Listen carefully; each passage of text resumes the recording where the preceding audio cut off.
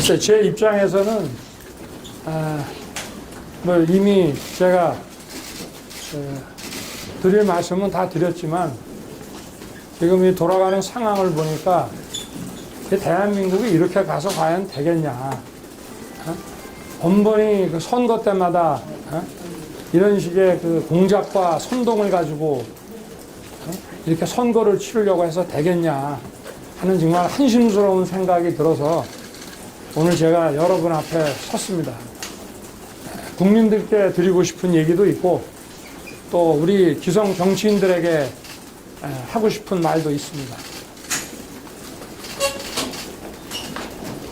앞으로 좀 정치 공작을 하려면 좀 잘 준비해서 제대로 좀 하고, 그리고 뭐 인터넷 매체나 또는 무슨 재소자나 또 의원들도 면책특권 뒤에 숨지 말고 우리 국민들이 다 아는 그런 메이저 언론을 통해서 면책특권 뒤에 숨지 말고, 또 어디 재소자 들먹이지 말고 좀 국민들 누가 봐도 좀 믿을 수 있는 신뢰성 있는 사람을 통해서 이렇게 좀 문제를 제기할래도 좀 제기를 해 주셨으면 좋겠습니다.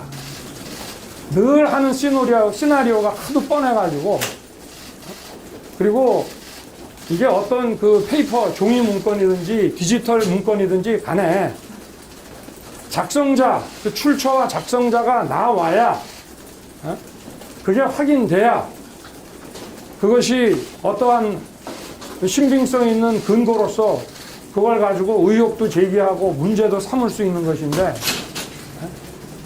그런 게 없는 문서는 소위 괴문서라고 하는 것입니다. 이런 괴문서를 가지고 국민들을 갖다 이렇게 혼동에 빠뜨리고, 오늘도 제가 보니까 제가 뭐 중앙지검장 때 그 성남에 어디 그 조직폭력사범 중앙지검 강력부에서 수사를 하면서 어느 대선 주자, 당시에는 시장이었는지 지사였는지 모르겠습니다만은 그 재소자의 또 말을 빌려가지고 하필이면 이때 제가 그 당시에 그 분에 대한 비리를 대라라고 수사팀에서 강요를 했다고 하는데 정말 터무니없는 얘기고요. 그리고 이거를 인터넷 매체에다가 제일 먼저 제보했다고 하는 사람, 여러분 전부 다 알고 계시죠? 그 사람의 신상에 대해서. 과거에 그 사람이 어떤 일을 벌였는지 여의도 판에서는 모르는 사람이 없고 저도 들었습니다. 여기 계시는 분들 아마 전부 아실 거예요. 근데 그 사람이 어떻게 갑자기 언론의 제보부터 먼저 한 사람이 어떻게 갑자기 공익제보자가 됩니까? 그렇게 폭탄을 던져놓고 숨지 말고 당당하게 나와서 그 디지털 문건의 출처, 작성자에 대해서 정확히 대라 이 말입니다. 그리고 검찰이라는 데가 엄정하게 조사하는 데지 요건도 맞지 않는 사람을 언론에다가 제보하고 다 공개한 사람을 느닷없이 공익제보자로 만들어주는 그런 기관입니까? 이런 사람들이 공익제보자가 되면 이 공익제보라고 하는 것의 그 취지에 맞는 것입니까 이게? 저는 정치인들에게 부탁 말씀을 좀 드리겠습니다.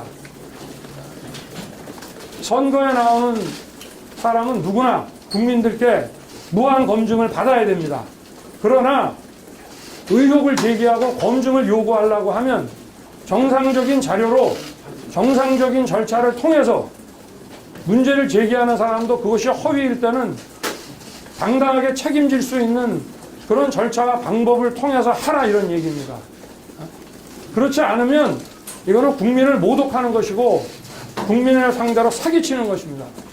우리나라 국민들이 20년 전에 김대엽 사건이나 기안건설 사건 같이 그렇게 허무맹랑한 일에 허물어지고 판단을 잘못하실 분들이 전 아니라고 생각합니다.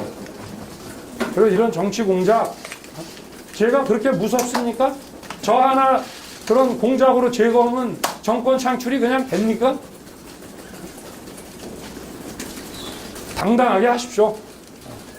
그리고 국민들께서는 진행 중인 내용들을 좀 꼼꼼하게 잘 보시고 다시는 이런 정치 공장에 현혹되지 마시고 재소자 어디 그다음에 인터넷 매체 그리고 인터넷 매체가 한번 보도하면은 정당의 전현직 대표와 의원 뭐 위원장 이런 사람들이 벌떼처럼 나서서 떠들고 저를 국회로 불러 주십시오. 당당하게 저도 제 입장을 얘기하겠습니다. 치사하게 숨어서 오지 말고 의혹을 제기하는 사람은 그것이 사실이 아니면 책임질 각오를 하고 그렇게 좀 해주시기를 바라겠습니다. 네, 질문 받겠습니다. 오늘 아침에 김웅 의원 기자회견 보셨을 텐데 좀 어떻게 보셨는지 입장 한번 말씀해 주시면 좋겠습니다. 그래서 제가 오늘 오전에 행사가 있어서 뭐 입장문만 제가 좀 봤는데 뭐 특별한 게 없지 않았나 이런 생각이 듭니다. 네. 그 제보자 뒤에 어떤 배경이 있다고 생각하시고 계신데요? 제가 지금 이 말씀드린 게 전부고 그 부분에 대해서는 여러분이 아마 저보다 더 잘 알고 계시지 않나 싶습니다. 네. 총장님, 그 방금 국회로 불러달라 당당히 말씀하시겠다 했는데요. 그럼 여당 차원에서 무슨 국회에서 진상조사를 한다면 출석하시겠다는 뜻입니다. 아니 저를 뭐 무슨 뭐 현안질의 뭐 이런 데서 뭐 소환한다 이런 얘기도 있기 때문에 얼마든지 제가 응하겠습니다. 네. 오늘 김웅 의원이 기자회견에서 네. 손준성 검사로부터 고발장을 제출받을 수 있는 가능성도 좀 여러 분 발언들을 했거든요. 네.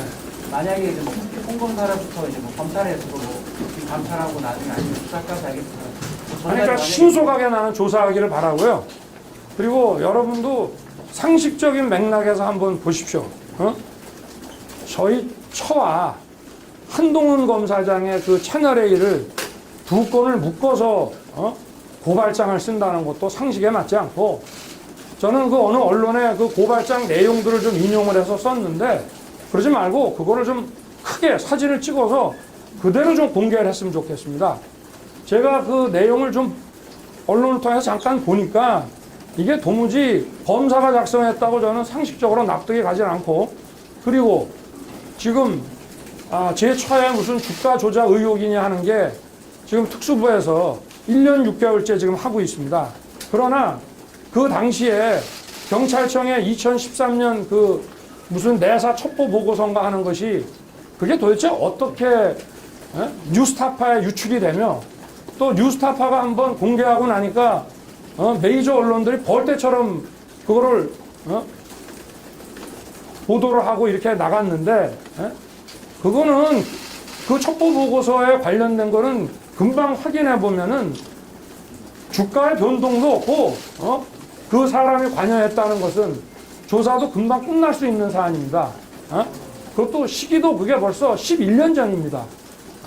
제가 결혼하기도 전이고 제가 그거를 무다로 야당에다가 던져서 고발을 해달라고 하며 정상이 아닌 사람이라면 몰라도 그리고 한동훈 검사도 그 당시에는 실명이 나오기도 전이에요.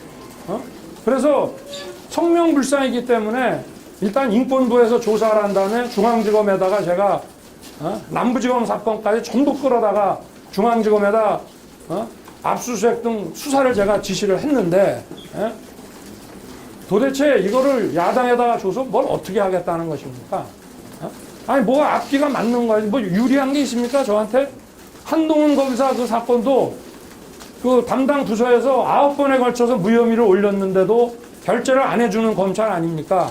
그러면 명예훼손이라고 하려고 그러면 한동훈 검사 사건 자체가 혐의 없음 결정을 해야 그 다음에 명예훼손 문제가 거론이 될 수 있는데 채널A 갖고 도대체 장사를 얼마를 했습니까?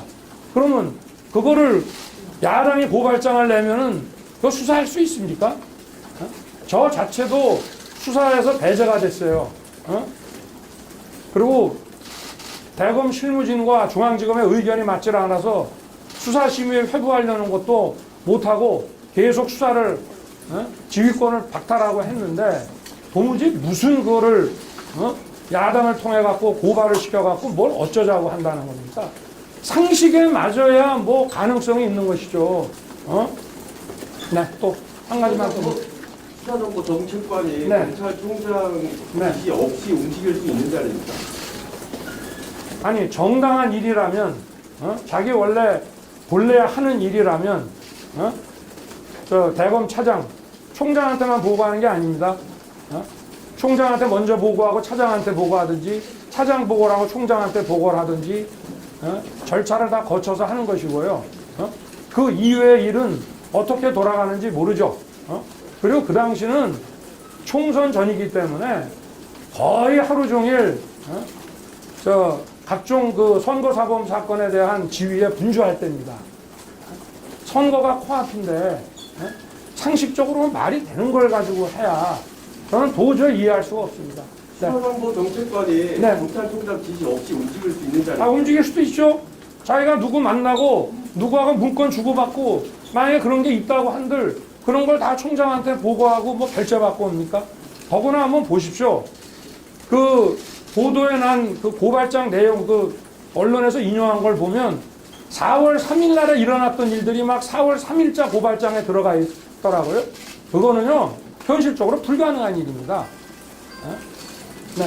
장님, 그 지난번에 네. 이 의혹이 나오고 난 다음에 이게 근거가 있으면 자료나 이런 게 있으면 대보라고 그렇습니다. 이렇게 말씀하셨는데 그 이후에 이제 그 근거로 그 네. 한중성 보냄이라고 쓰여져 있는 그런 파일이 저 이제 텔레그램 그 채팅창이 자료 캡처가 됐는데 그래서 그 정도 이제 사람들이 볼 때는 그럼 제가 말씀드리겠습니다. 자, 그러면 제가 김갑동이라고 하는 공직자가 뇌물을 받아 먹었고 내가 그 현장에서 그걸 봤습니다. 해가지고 뭐 목격자라고 하면서 박아무개라고 해서 제가 진정서를 딱 써서 보냈어요. 보냈는데 나는 그거 쓴 적 없다 그래 박아무개는. 그럼 그 문서가 뭡니까? 그게 괴문서 아닙니까? 문서가 있고 이것이 디지털 형태든 지면 형태든지 간에 그 출처와 그리고 작성자가 딱 드러나야 되는 거 아닙니까? 그러면 지금 예를 들어서 뭐 지난 6월인가 7월 달에 뭐 저에 대한 무슨 엑스파일이라는 거 그죠? 그 장모라는 분이 얘기를 했는데 그럼 그게 출처가 있습니까? 그 문서를 작성한 사람이 누군지 나옵니까? 그게 있어야만 근거 있는 의혹을 제기할 수 있는 겁니다. 적어도 선거에 나온 공직자에 대한 검증은 그런 방식으로 해야 되는 것입니다. 그런데 그런 정도의 근거로는 이제 언론이 보도할 수 없다고 보시나요? 그 정도 근거를 갖고 이제 우리는 보도했다고 이제 주장을 하고 있는데 네. 근거가 된다고 판단해서 그렇게 이제 보도를 계속 하고 있는데 그분은 근거가 안 된다고 보시나요? 아니 어느 정도 근거가 있어야지 그걸 가지고 그래 첫 번째 보도는 할 수 있다고 칩니다. 그러나 정치권이 이걸 가지고 이렇게 할 일은 아니죠. 그리고 확실하게 찾아야죠. 누군지. 그죠? 지금 뭐 그럼 언론에 그 제보한 사람은 그게 왜 공익제보자가 됩니까? 공익제보가 되려면 수사기관이나 권익위 이런 데 최초로 들어가야 됩니다. 여기까지 하는 근거를 대보라라고 얘기를 하는 거가 네. 이제 어느 정도 이제 보도가 나왔을 때 이제 네. 그런 걸 가지고 보도한 내용에 대해서 어떻게 보면 국민들한테 얘기할 수 있는 건데 이게 네. 증거를 대라는 식으로 얘기하는 건 부적절한 그런 표현이 아니었나. 증거라는 무슨 재판의 증거를 대라는 것이 아니고 상식에 맞는 합당한 근거를 대고 이 의혹을 계속 진행시키라 이런 말씀이에요.